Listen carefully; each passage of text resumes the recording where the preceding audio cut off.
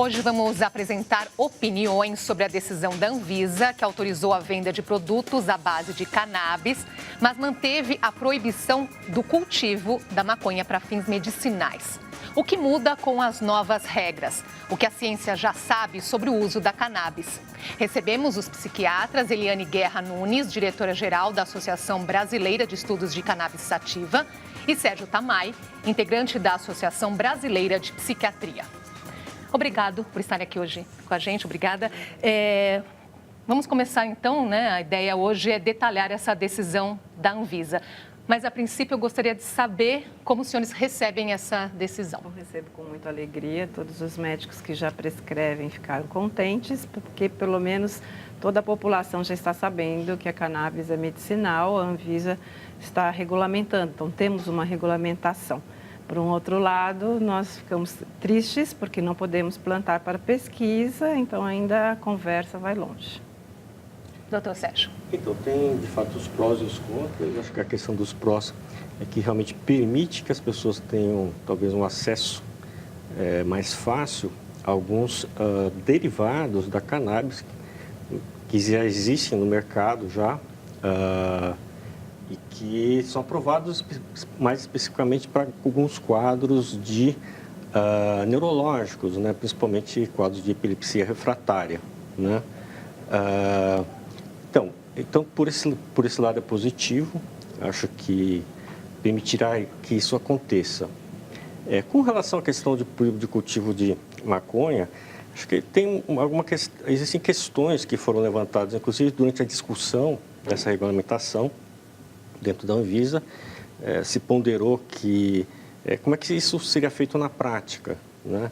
A questão de como é que seria essa fiscalização, como é que seria essa questão de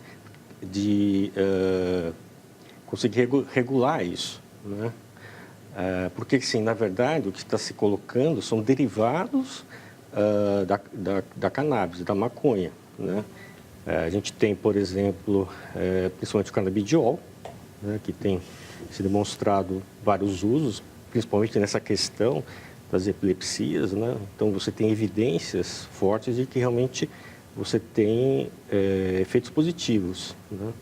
Porque, assim, a pessoa ficar plantando maconha, na verdade, e utilizar isso especificamente, a cannabis tem 400, provavelmente mapeados, 400 substâncias, né? E, na verdade, a gente está falando do efeito benéfico de um dos componentes. Agora, até então, antes dessa decisão da Anvisa, como as pessoas tinham acesso a esses produtos, doutora? Sim, as pessoas vinham à consulta médica, o médico avaliava os casos que tinham necessidade, porque nós temos uma RDC que ainda está válida, porque ainda não foi publicada a nova RDC, né? Está para ser publicada, foi publicada em parte. Então, nós temos ainda, ela está em funcionamento, o médico ele tem que seguir as regras. Então, ele faz um relatório. O que é esse RDC? RDC são as regras da Anvisa para certos assuntos, né? Então, nós temos atualmente uma RDC que orienta como seriam essa prescrição. Então, os pacientes vêm ao consultório, o médico avalia o caso e ele prescreve conforme essa RDC. Marcas, né? Então, são as marcas que são importadas, não é uma prescrição genérica. E aí o paciente se mandava um e-mail ou mandava uma carta anteriormente para a Anvisa e a Anvisa fazia a autorização da compra por 1 ano.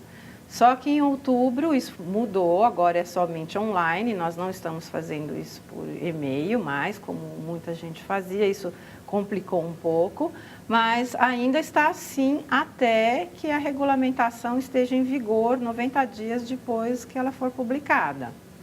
E aí, então, o paciente recebe essa prescrição, pede autorização para a Anvisa autoriza essa importação, então o paciente passa a ser um paciente medicinal, né, porque ele tem uma autorização para importação parecida com o que é fora do país, né? Até tem os números sobre essa importação, para a gente ter uma ideia, mais de 4.500 pessoas têm autorização para importar o produto. Outras têm o habeas corpus para plantar a cannabis e ainda uma outra realidade, que são muitos pacientes que compram o produto no mercado clandestino ou plantam em suas casas, apesar da proibição. não é, Exatamente, doutora? essa é a nossa preocupação, porque quando não existe uma regulamentação do começo ao fim do processo, existem desvios, né? Então, é ao contrário, quando você tem uma regulamentação, por exemplo, como nos Estados Unidos, você tem um controle desde a semente, a origem da semente, até ele se tornar um medicamento. O doutor também chamou a atenção para a preocupação quanto ao plantio, não é, doutor? Hoje isso acontece, sabemos, não é? Mas não há uma regulamentação. Uma regulamentação não poderia resolver essa questão? Então, Da segurança? Então, mas na verdade o que acaba sendo colocado, que você pode até colocar regulamentação, mas o problema é você estar implementando isso. Quer dizer, quem é que vai fiscalizar, como é que isso vai ser feito? A gente sabe, por exemplo, das variedades de maconha que você tem, a quantidade, por exemplo, de canabidiol e de THC, né? Dá para explicar rapidamente a diferença? Então, THC, na verdade, é aquilo que o pessoal utiliza em termos de... Porque o THC, o tetrahidrocannabinol, ele é o elemento, né, da maconha que tem efeitos psicoativos, né? Que, entre aspas, tem aqueles efeitos que as pessoas que usam a maconha recreacional buscam, né? Já o canabidiol é desprovido dessas ações, né? E o canabidiol tem sido a substância que mais tem sido pesquisada com efeitos realmente benéficos, inclusive até como contraponto à ação da própria THC, né? O que acaba acontecendo é que assim, tem uma variação. Por exemplo, na década de 90 você tinha, se você fazia um baseado, você tinha 1 a 3 miligramas de THC. Atualmente você tem variedades que foram selecionadas geneticamente que tem 18 miligramas. E consistentemente com diminuição do canabidiol, né? Então, é uma coisa que realmente eu acho difícil no Brasil a gente conseguir estabelecer parâmetros em que você consiga efetivamente controlar isso, né? Mas Eu vou passar já, eu vou aqui só chamar a opinião das pessoas nas ruas sobre esse assunto. Ok.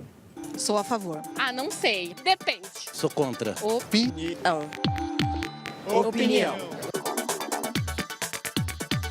Está trazendo benefício para a saúde das pessoas, tratando doenças, eu acho que é positivo. Eu sou a favor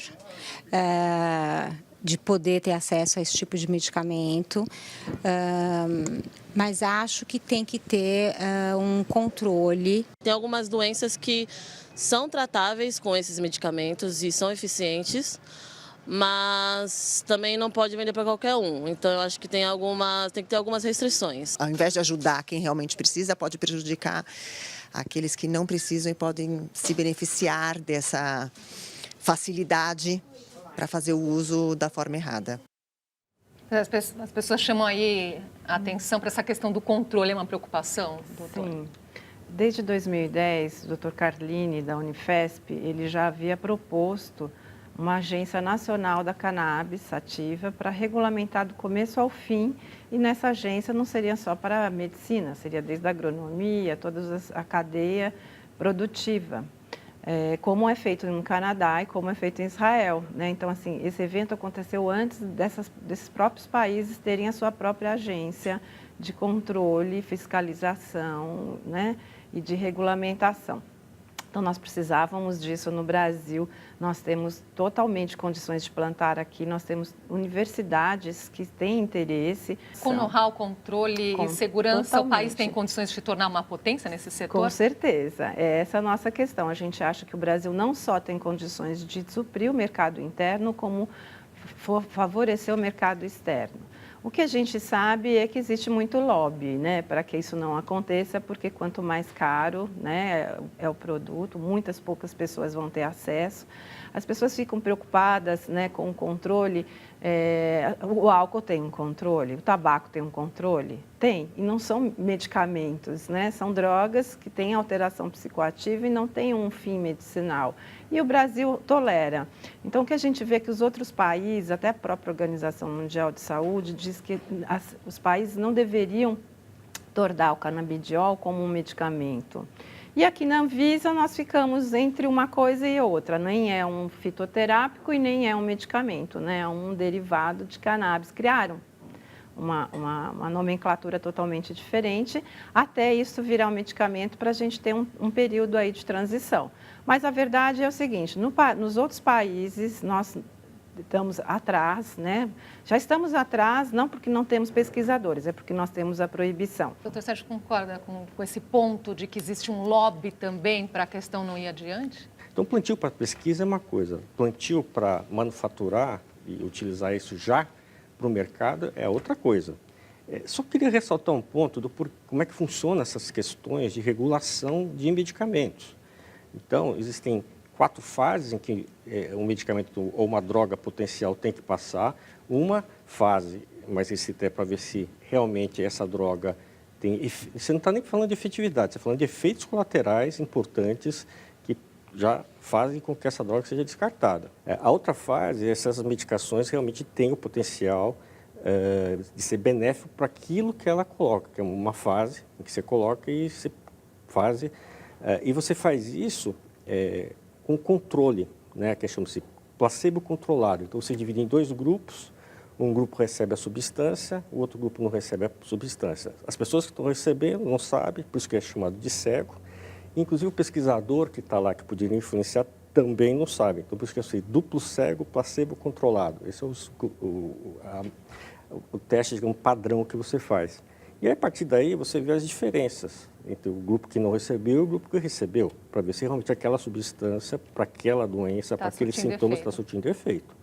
O grande problema é que o efeito placebo é uma coisa muito importante, porque, na verdade, assim, em média, os grupos placebo têm 40% daquelas pessoas que não receberam a droga e que relatam efeitos benéficos, né?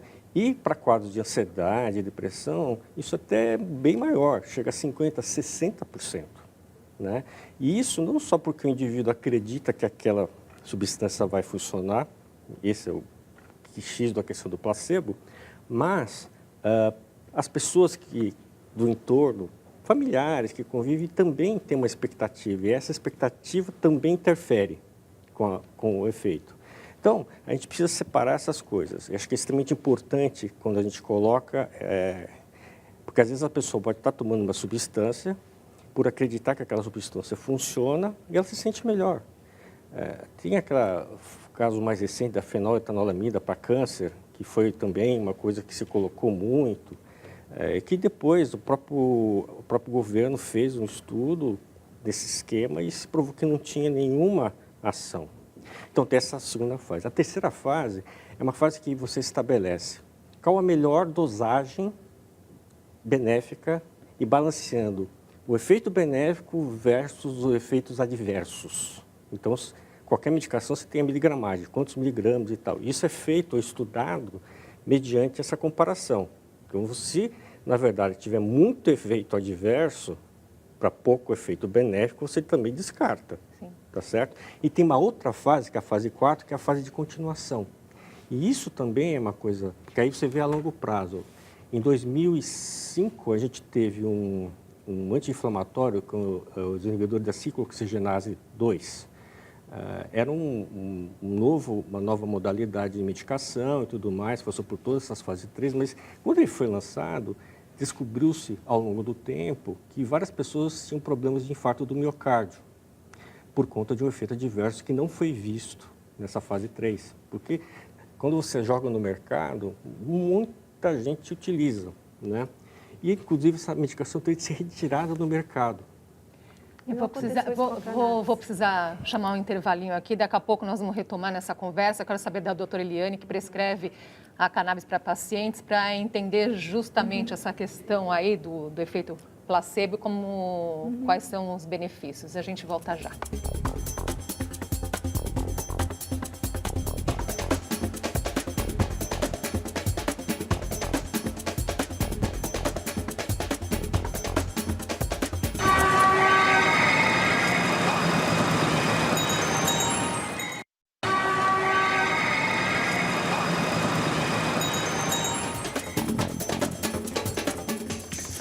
Hoje conversamos sobre o uso da cannabis medicinal, ouvimos as opiniões dos psiquiatras Eliane Guerra Nunes, diretora-geral da Associação Brasileira de Estudos de Cannabis Sativa, e Sérgio Tamay, integrante da Associação Brasileira de Psiquiatria.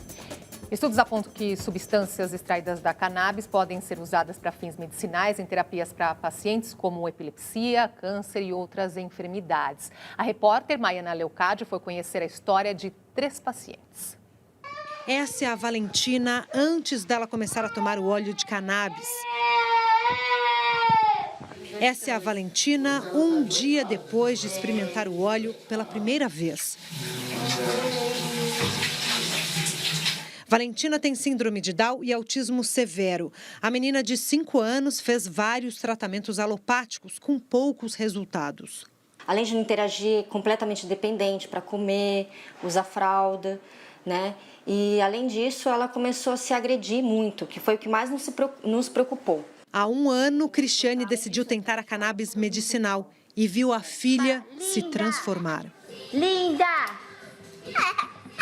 Ai, que linda! Ela, com poucas gotas, ela melhorou muito, ficou feliz, alegre, calma. Ela começou a participar de passeios da escola, começou a se abrir para o mundo.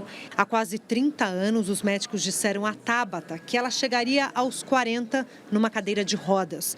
Foram anos com dores crônicas decorrentes de uma lesão na coluna. Passei a adolescência com o uso de medicamentos alopáticos derivados de opiáceo, morfina no geral. Há 10 anos, o sofrimento foi embora depois que a fitoterapeuta iniciou o tratamento com cannabis. Pela primeira vez em 20 anos. Foi muito intenso. Isso foi muito intenso mesmo. E ali eu percebi que seria a saída. Para Daniela, os benefícios da planta foram para a mãe. Doura tem Alzheimer e usa cannabis há pouco mais de 2 meses. Escutá-la falar das netas é uma emoção. Manuela e Isabela. Manu está com 4, né? E a Bebel vai fazer 3. Ela não sabia a idade das minhas filhas. E ela, na entrevista, eu vi ela acertando as idades e fiquei muito emocionada. Eu acho que ela ficou muito mais calma. Aparentemente até com mais conexão neural.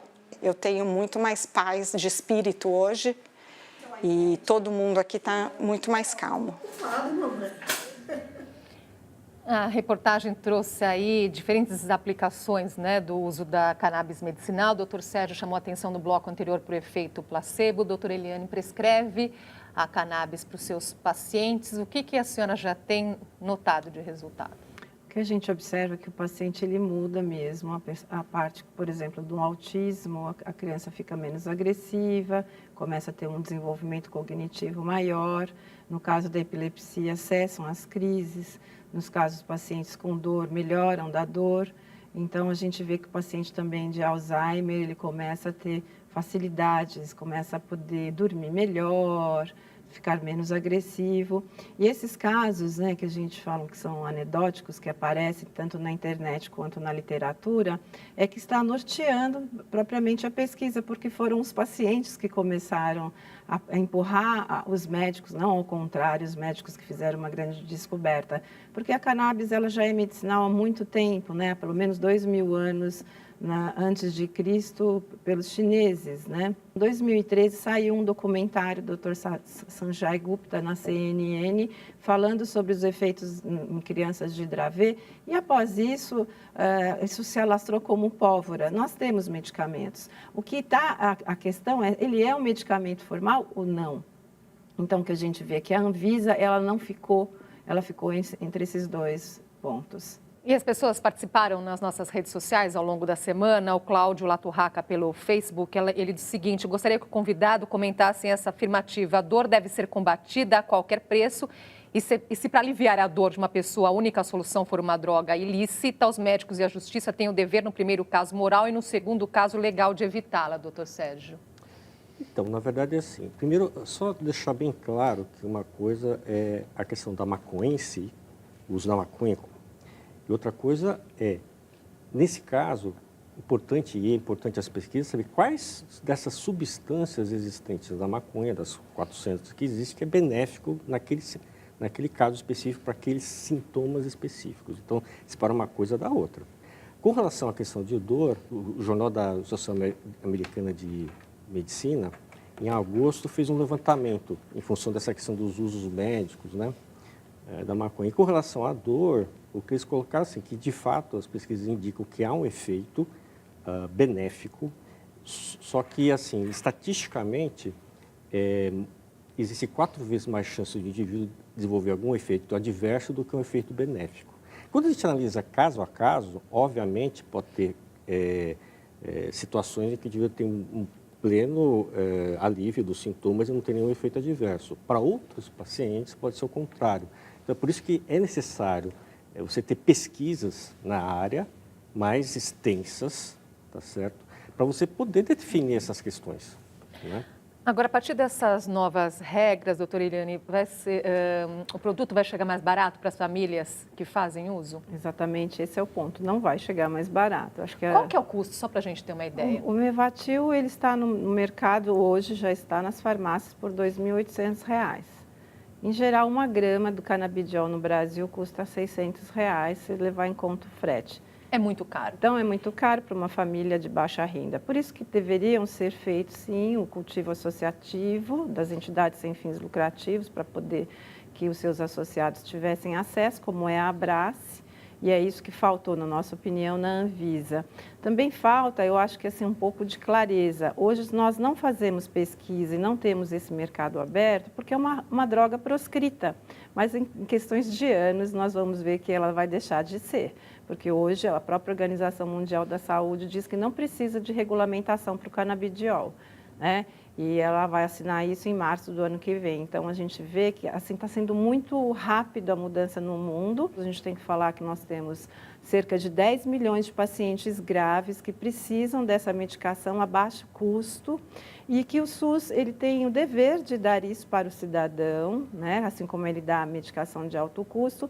E se ele fizesse regulamentado aqui no Brasil, a gente poderia levar para R$ 200 mais ou menos o custo da medicação. Exatamente. Se tivesse regulamentado o plantio, aí sim o preço... Como instituições como o Fiocruz, Instituto Vital Brasil, então a gente poderia assim fazer várias coisas, porque isso já está em andamento, esses grupos já estão fazendo pesquisa, assim como outros no Brasil. Existe ainda um certo preconceito em relação à cannabis, uma polêmica cultural, doutor Sérgio, independentemente da questão medicinal? Estou falando assim num público em geral, não no caso de vocês que estudam, de fato, a cannabis na questão da ciência, não é?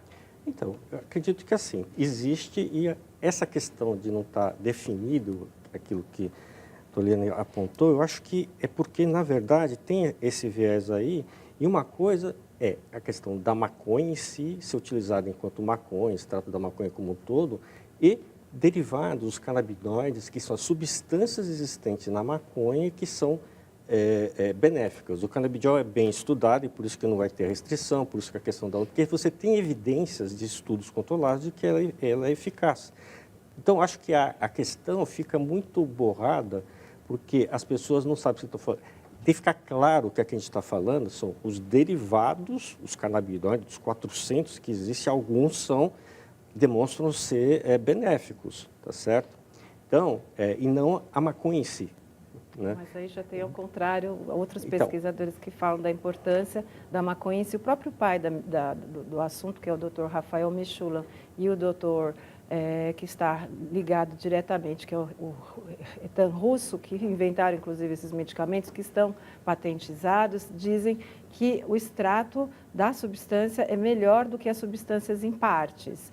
Acabou de sair um trabalho em janeiro, que foi publicado em Israel, e vai sair um outro agora dizendo exatamente isso. Para certas patologias, é mais importante a planta inteira. Mas tem a questão da patente. Então, é lógico que a indústria tem interesse de separar tudo para patentizar, e o preço é o preço do Epidiolex e o preço do Sativex, muito caro. Com relação a isso, a Anvisa aprovou também a possibilidade de você registrar o produto. Eu sei de um laboratório nacional que vai estar registrando o canabidiol. Vai ser uma produção de um laboratório brasileiro. Isso provavelmente terá impacto em relação à questão de custo. Né? Então, nesse ponto, a questão da Anvisa vai ser benéfica nesse sentido. Então, não vai ser importado exatamente, mas vai ter uma produção nacional. Isso provavelmente vai ter algum reflexo em questão de custo. Né? Então, mas assim, o grande problema é que assim, se fala muito dos estudos, mas quando a gente vai pesquisar os estudos, o problema é a questão da qualidade desses estudos do ponto de vista estatístico-científico, né? Geralmente a gente tem, você tem um número de pessoas baixo, o estudo controlado não é muito fácil de se fazer, não é feito multicêntrico. É um assunto complexo, eu queria longe aqui, né? Nós começamos, eu disse assim, temos 30 minutos, aí vocês me disseram, nossa, tem muito tempo, olha só, já chegamos ao final. Rapidamente, uma palavrinha final sobre esse assunto, o que esperar daqui para frente, doutor? Então, agora os médicos todos podem prescrever canabidiol para diversas doenças, né? A Anvisa já regulamentou abaixo de 0,2% de THC, os médicos vão poder prescrever no receituário B. Então, nós, enquanto sociedade, estamos querendo preparar os médicos para que eles saibam prescrever adequadamente e os médicos vão poder prescrever para pacientes graves com mais de 0,2%. Então, isso já está claro. Cannabis é medicinal e nós precisamos agora ensinar os médicos a prescrever, porque nem todos sabem sobre o sistema endocannabinoide e ele existe. Doutor. Colocar que a questão importante é a questão das pesquisas nessa área. Acho que, de fato, o Brasil vai ter uma grande possibilidade de ser um polo de pesquisa importante. Tem um grupo do Dr. Kripa, lá em Ribeirão Preto, né? Que tem várias pesquisas, inclusive não só na área neurológica, mas também vários ensaios que estão sendo feitos na área para alguns transtornos também psiquiátricos. Então, acho que essa questão da regulamentação e possibilitando uma pesquisa, né, mais profunda, mais adequada, é extremamente importante nesse momento. Agradeço muito a presença de vocês aqui hoje com Obrigada. a gente. E até uma próxima oportunidade. Se Deus quiser. Obrigada. O Opinião fica por aqui. Até a próxima quarta-feira e obrigada pela sua companhia.